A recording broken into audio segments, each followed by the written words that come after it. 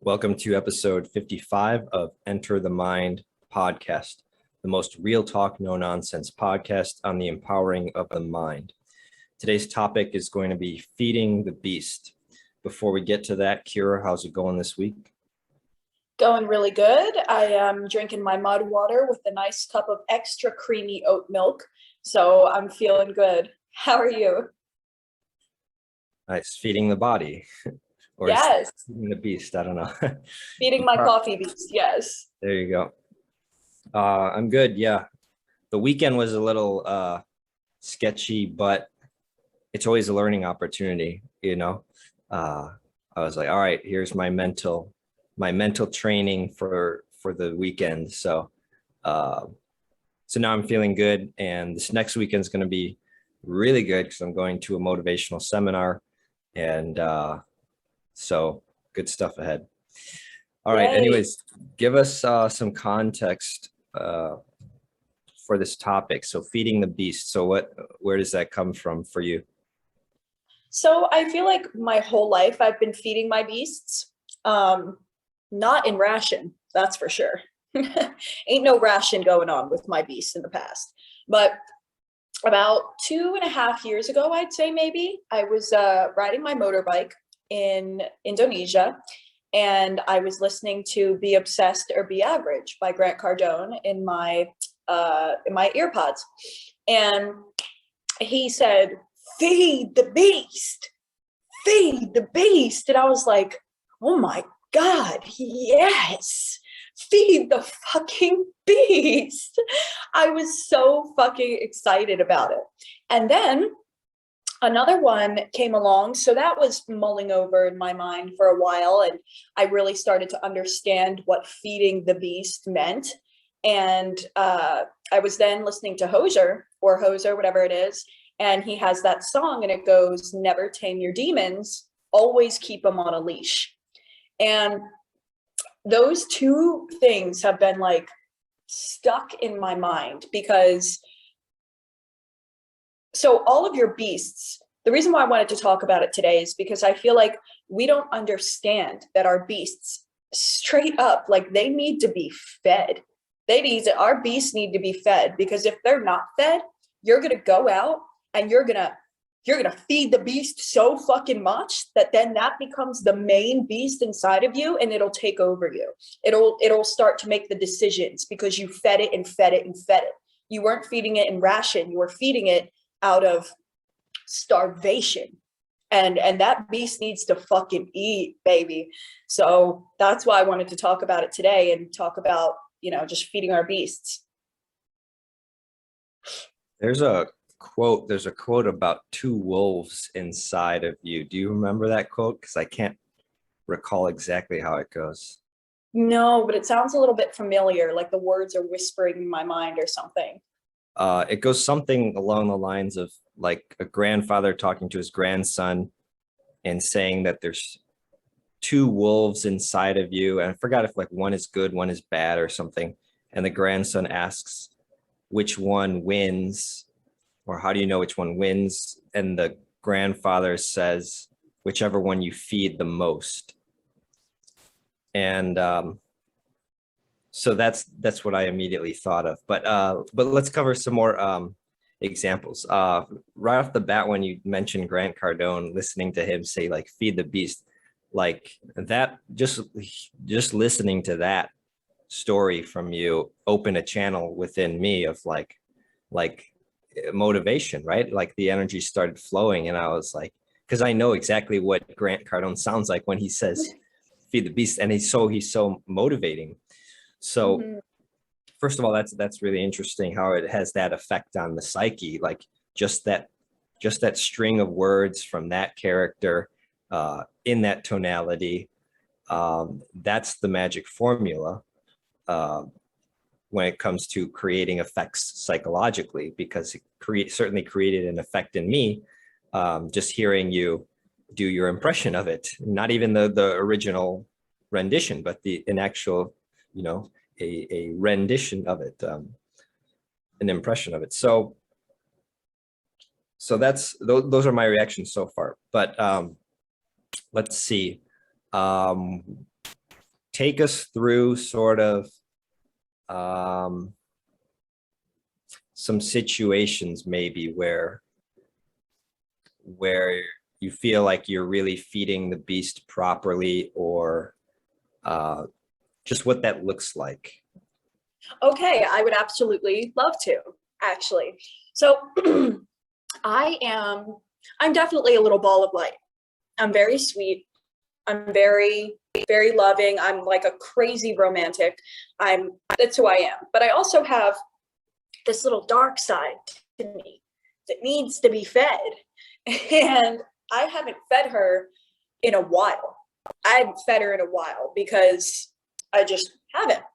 So a fetish party came around the other night, like dominatrix and masochism, and I said, fuck yeah, fetish party?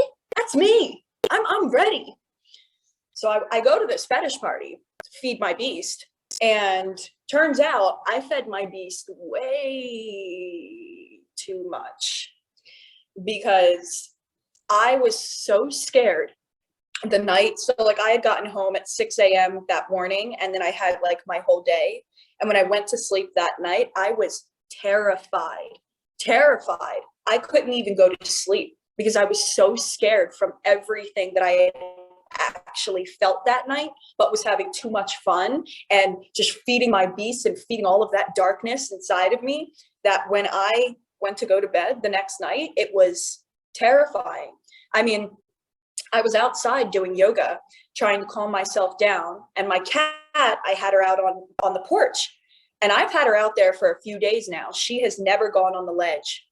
And for some reason, this guy at the party, I couldn't get him out of my mind.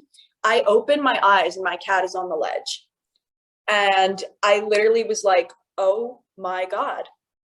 I had fed my beast way too much that night because I hadn't fed her in a very long time. So naturally, my dark beast is going to be like, give it to me, like, give it to me. I want this. And I said she was starving. I fed her everything and everything and everything. And now she took over me that night, and she took over me, and I was terrified and I was scared. And that's one example of making sure that you feed your beasts in ration. Otherwise, they will be starving and you will overfeed them and they will overpower you, just like the wolf quote. Whichever one you feed the most wins. And then there's another thing. It's can I ask a question first? Yeah. About that. So are you saying that the beast inside is dark, or is one darkness and the other one is light? Are there two, or is there just one? Because I introduced the concept of two, but this was your topic. So there's more than one beast. There's like multiple beasts inside of you. So, but each beast has a light and a dark aspect. So within each category of beasts, there are two, which is how yours related to me. Like whichever beast wins is the one that you feed the most, but then as the whole there are still two when they come together. So it's like money, for an example, right? Like sometimes if I save way too much and I'm like, I gotta stop spending my money, my spending beast is hungry. I need to spend. And if I save for way too long and then I get a chance to spend, oh, I'm fucking going in. I'll be buying for weeks because I haven't fed that personal beast. So then within that beast, there's the beast of I think that you're right.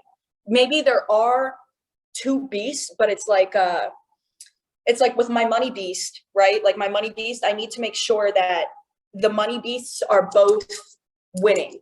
Like my spending beast gets fed, my saving beast gets fed, so that way these two can accumulate as the balance to feed that one higher wolf that wants to be fed.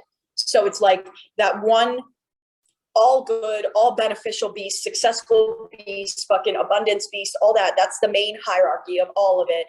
And then if the categories of the beasts are off balance, so say I indulge way too much in my dark side, right? So then this beast in the dark side is now winning There is no balance. And when the dark side is winning, it then goes down to this feeds this wolf, this beast. And then that is the two of the beast. I hope that makes sense, because I think it did in my mind, but.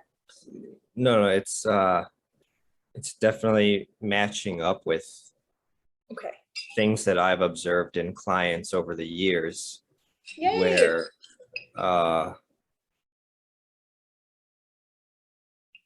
Where sometimes their problems are problems of overindulgence. Mm-hmm. Or it's interesting. I remember from and I'm talking about just a mixture in general of clients, whether it's my own private coaching clients or clients I've helped over the years in the intensive mental health and social services realm. At one point I said from my years of doing that my clients have one of two problems. Either they're doing too much in life, right? Partying too much, going to jail, doing too many drugs, whatever, right? I'm talking about, remember the social works type of stuff, right? With the, homeless population and things like that. So either doing too much, hanging out with the wrong crowd, or I had clients who their problem in life was, and the problem behind all their emotions was not doing enough, like sitting on the couch all day, not having any friends, never going out, not lifting a finger, not making their bed in the morning, not going out and getting a job when they kind of wanted to. And it's like, and then there's this this quote from my favorite movie, Waking Life, where the guy says, most people either suffer from an overabundance of life or a lack of life. And that's what it makes me think of. I don't know, I'm wondering if like the deeper, like what's the deeper truth here for us with the beasts? Is it a message of balance? Is it an issue of balance? What do you think? Because that seems really important. Like you were describing when you fed the beast too much, your dark beast or whatever, right? It needs to be fed, but not too much. And then when you fed it too much, then you saw negative results, right? Yes, I love the way that you put that. I think that it was it was good. It was really clear. And I also, I definitely think that the deeper meaning of feeding the beast is complete balance, because I feel like overall, isn't that almost like everybody's issue? Like when they come to anybody for help, it's because they're not getting something in life. And when you're not getting something in life, is it because you're not feeding a specific beast? And I think yes, because if you're not feeding a specific beast, then you're not going to get the results that the beast can provide you. So I think that, it has a lot to do with balance. It's like there are times in my life, I'll say, for instance, when I like really was like, I am reprogramming my mind, and it worked, definitely 100%. But I don't know if I could ever go about my life like that again, because I deprived my beasts. And I would sit every single day. I'd wake up at 4 a.m. I'd go on a run. I'd work out. I'd listen to a podcast. I'd meditate. I'd write down my goals. I'd read a book. Then I'd read another book, and I'd write down all the notes. And then after that, I just continue doing stuff like that every single day. And I wouldn't hang out with anybody. I would barely talk to people on Instagram. I just was all focused on me. And when that era came to an end, I partied, I drank, I started to neglect all of my personal development, because I had fed that beast so fucking much that now my other beast needs to be fed. My beast of leisure, my beast of relax, my beast of party, my beast of socializing. And that balance there is like everything. Like you need to have a good balance with your beast, because otherwise when you let that other beast go, it's starving. Like it's starving and it needs to be fed. Interesting. when I first heard you say feed the beast, at the beginning of the episode as the topic, my first thought went to motivation. Like, just how do you feed the beast, meaning like get up in the morning, take that cold shower, like go do what you got to do, that sort of thing. But it sounds like actually it's much more than that, is it? It is, but you're not far off at all. It really is that, like if you want to wake up, it's like, I'll take you through like a balanceful day to me. So you wake up, you get what you need to get done. Maybe you do some yoga, maybe you write down your goals. Maybe in between writing down your goals and yoga, you need to have a little moment of peace, and you need to feed your peace beast by looking up into the sky and gazing at the clouds for 5 minutes. Now that's the peace beast. And then you need your palate beast with your tongue and your insides of the taste of your insides. You need to feed this beast, right? So then after that, after you get all your work done and you feed your work beast, you feed your production beast, then maybe you want to have a glass of wine and you say, I'm gonna feed this beast now. I'm gonna feed my wine beast, who really needs a glass of wine and to relax and settle down. And then maybe throughout the day you feel like you need to go buy a shirt for yourself. So you feed your shopping beast, right? But in an unbalanced way, if you haven't bought yourself, if you deny yourself that one shirt and you deny it for days and weeks and months to come, next thing you know, you wind up spending $800 on clothes because you've deprived yourself of it for so fucking long. It's like when you refuse to participate in self-help. And, I haven't meditated in 3 months, let's say. So then I'm so deprived. My meditation beast is so fucking deprived that I have to go now and meditate for like 2 fucking hours straight. And it turns into this big, long thing if you just fed all of your beasts in ration and in the proportions that they need to be fed in order to produce beneficial results of success, money, happiness, abundance, then yeah.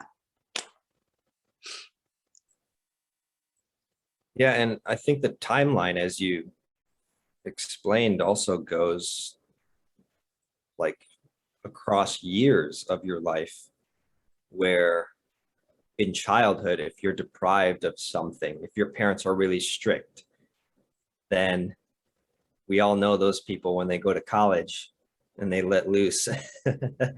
But what I like about this is it almost gets at this deeper law or truth, like a law of reality, which would be like some sort of law of balance. It's certainly true for me. Like I studied a lot in high school and, got good grades and everything, but I kept to myself. And then later on in life, in my late 20s and 30s, I find myself just like really enjoying just going out and meeting people, flirting, starting relationships, whatnot. Like it's, that stuff really is exciting to me and intrinsically enjoyable. And I think that part of that is because I didn't have that earlier in life when I was just reading books all the time. So like this whole balance, it's not just like in the aspect of days, but also years and even decades. I think that I definitely understand what you're saying, because when I was younger, I didn't have much freedom in my home, and I never was given money, etc. Like my mom never did any of that stuff, and she kept me very enclosed, and I had to be home at 7 p.m. and if I had to go to a party that night, I had to be home at 9:30 or 10 p.m. while everyone else got to come home at 1 a.m. So it's probably why I'm such a big partier today, because I have my freedom now. I don't have to answer to anybody. I'm going to stay out till 6 a.m. if I want to. I'm going to spend this money if I want to, because you never gave it to me. You never allowed me to have that. So what I'm now wondering, does this open like another gate? Like another aspect, because I see what you're saying, that it continues for years, but there's something that's nagging at me and I can't put it into words. I can't exactly see it. Can you? What exactly are you asking? There's the feeding the beast, right? In your daily life, in your weekly life, and you have to make sure that you feed your beast. But then when we bring in the aspect of not having your beast fed at all when you were younger and then having them fed now, where does that lead to? I don't know if it leads to anywhere negative. I think it's positive, but Yeah, not saying like in a negative way. I'm just curious of how it ties in. yeah. I want to tie those two in and I can't.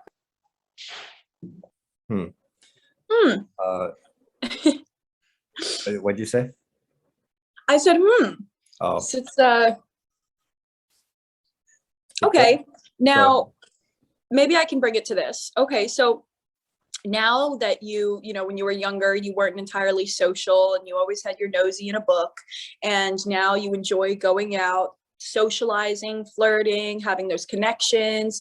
And are there still times though when you're like, I need my alone time, like I need my downtime now? Like, I had fun flirting with you, I had fun connecting with you through business, so I had fun meeting you, but now I need to go back and recuperate my own energy. Like, do you have that these days? And if you do have it these days, is it starting now, or was it like when you finally got that chance to socialize and talk and everything? How long did that socializing and talking last until you thought to yourself, I need a little break, like I need to go back to myself? Like, was it early in that socializing, or did it come a little bit later? Like, you really wanted to soak all of it up, and then maybe like 3 years later you finally realized, like, oh well, maybe I need some downtime. Yeah. good question. I don't think I ever went too far into the socializing aspect. I mean, it happens, like, you see signs of it. Like, I went to Los Angeles one time and I was hanging out with my friend, and I was just such in this like social mood or whatever that I just parked my car wherever there was a spot and I got a parking ticket. And I know from what you've told me, that's an everyday occurrence for you, or not every day, but for me, that was my first parking ticket in my life. And I was like, it was a big deal. And I was like, I am not somebody who gets a parking ticket. I am the person who parks. I look at every single sign on the block. I walk the block. I take pictures of the signs. I double check. I triple check that I'm not outside the time limit. Like, that's traditionally, that's who I was, extremely cautious. That's who I was growing up. And that was, to me, when I got that parking ticket, that was the sign, the feedback from reality, that like, oh wow, like I'm really pushing far in this direction. Like, I never impulsively just leave my car somewhere because I want to hang out with my friend, and but that was the feedback for me. I love that so much, because yeah, that's definitely a sign. And it reminds me of, I was reading something the other day, and it was like, maybe it was my own thoughts, but it's when you've taken so much, it's like you have your groundedness, and it's great to be open to other people and be excited for other people and everything. But that moment when you stop becoming who you really are is the moment when it's like, oh, okay, I've taken in a little bit too much from other people. I've fed this beast just a little bit too much, because now it's becoming detrimental to the beast that I personally love. And it reminds me of this past like 2 weeks, I flipped out three times. Like three times. I screamed at my friend here, accused him of stealing my phone, like at the top of my lungs. He would never do that in his entire life. That's not even the kind of person that he is. But I flipped out on him. I flipped out on this other guy that I was kind of seeing. I flipped out at the car place, and I started asking myself, I said, this isn't me. What's happening to me? Like, this is not me. This is not me at all. I haven't done this in maybe 5 years. Like, I haven't done anything like this in 5 years. So that was some sort of sign that there was some beast that I was not feeding.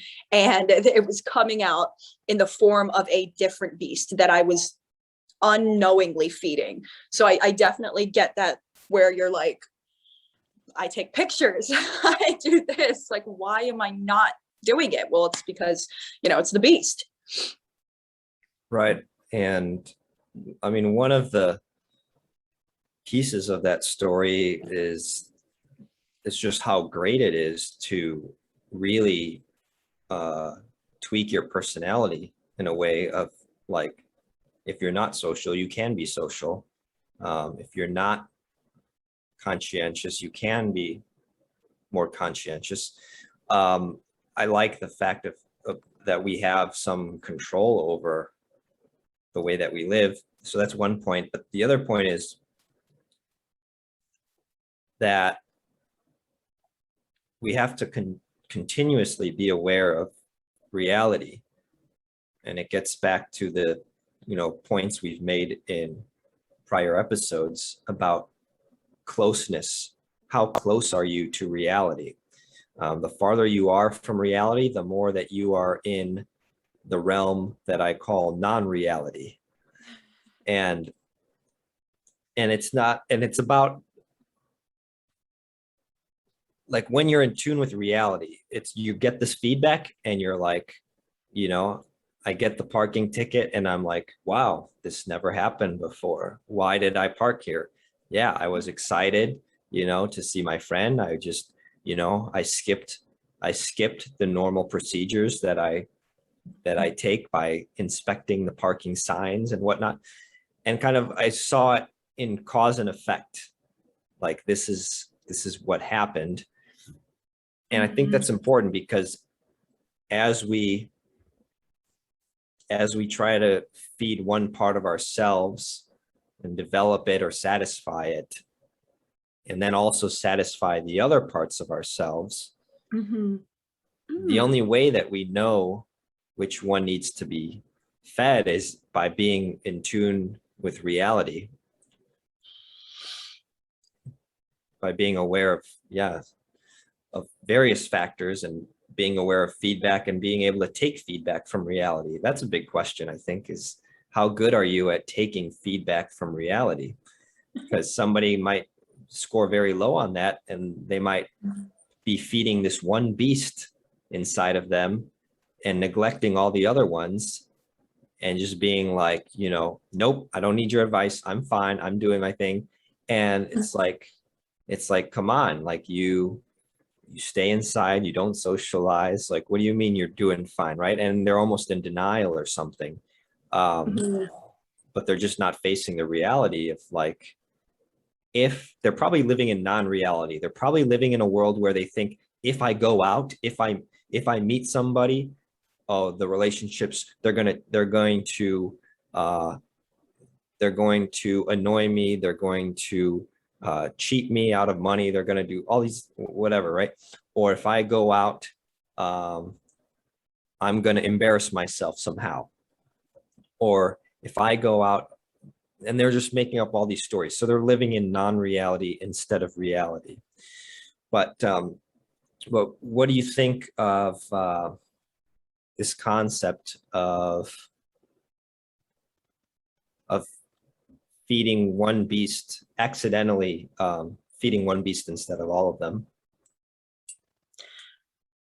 Well, what I want to address before I answer that question is the fact that you said feeding the beast of reality and feeding the beast of non-reality. I think that that's amazing. And I think that that's a big, big part in feeding all of your beasts, because you can feed all of the dreams in your head, and you can feed all of, you know, the energies that are inside of you. But when it comes to reality, you also need to feed the reality of it. Otherwise, you're just living in this non-reality. You're living in this dream in your head, this aspect in your head, until you get the reality part of it and you can feed both beasts. So I love that. And then what was your question again? I wanted to answer it. Do people ever feed one beast and neglect the others? Yes. So it led to something else. So when I spent all that time reading and podcasting and meditating and doing all of that self-help to feed those beasts, it was like when I got a taste of the other beast, it was almost like there was a thought in my mind that said, I don't need to feed those beasts. I just fed them continuously, but you still need to feed them in order to keep the balance. So it's like, you can't just go long periods of time with this beast and long periods of time with this beast. You need to go periods of time with all of your beasts and then another period of time with all of your beasts. You need to remember not to neglect those parts that you think are fed, because they're not fully fed. They need to always be fed, and you can't neglect them for a long time. Otherwise, they'll become starving. Nice. Looking at the time, let's do our final thoughts for the day and wrap up. I think one thing I'm reminded of is there's, I guess you can call him a self-help guru or something. His name is, he's like an Indian mystic or something. His name is Sadhguru. He wrote Inner Engineering. It's a book. And I saw him speak, and he had a one time in San Jose, and he said, whatever you're deprived of quickly goes to heaven. And I thought that was kind of neat, because the way I interpreted it was, whatever you're lacking in your life, you quickly elevate it to heaven, as that becomes your heaven. That becomes whatever you're lacking in life, whatever you grew up not having, that's what you really want more than anything. Yeah. And it kind of gets at this law of, like, you know, almost like this law of balance. And I think that's, to me, that's like the big takeaway from today's episode, is like, is being aware of these different, like, of balance in your life. But then also it reinforces the concept of reality, because if you're out of balance in your life, then you're not respecting reality. Mm-hmm. You know what I mean? And reality won't respect you. Right. Like, to be really aware of, you know, to be really aware of reality and balance, it's like driving a car and like staying in your lane. If you get a little bit too much to one side, you come back to the center of your lane, right? And I think we need to do that psychologically. And the only way you can do that is if you're aware of the road. And so I think we have to just be aware of our mind and reality if we want to keep our mind sort of in the middle of the road, instead of veering off to these extremes. But a lot to think about from this episode. So it's one of the best episodes ever. I love it. What are your final thoughts? That was really good. I like the visual of that, and I think that my final thoughts will have a little bit to do with that, because I think that if you know your path in life and where you're going, then you will always know when you're veering a little bit off course, when you've maybe lost awareness of your road. You know, all you have to do is get back to that road, get back to that path, get back to your vision, so you can stay in your own lane instead of veering off to one side and getting in a car crash. And what about the power question for the day? Because I have my power question for the day, and my power question will be, what beasts are you not feeding? Get a little list, get a little paper out, and write down which beasts you've been feeding a lot lately, and which beasts are pretty hungry, which beasts are getting to the starving point. Let's feed those motherfuckers, huh? I like that one. I guess my power question of the day would be, how close are you to reality? How close are you to reality? Because the closer you are to reality, the more you'll become aware of like, of actualities, like, oh, I spent an hour feeding this beast and I spent 2 minutes feeding this other beast. And I know exactly what outcome to expect when I behave that way. And it's not a surprise. It's not like, oh, wow, I can't believe this is happening in my world. Oh, why is this happening? Right. It's everything's happening because of what you did up until this point. Like there's no magic and there's no surprise.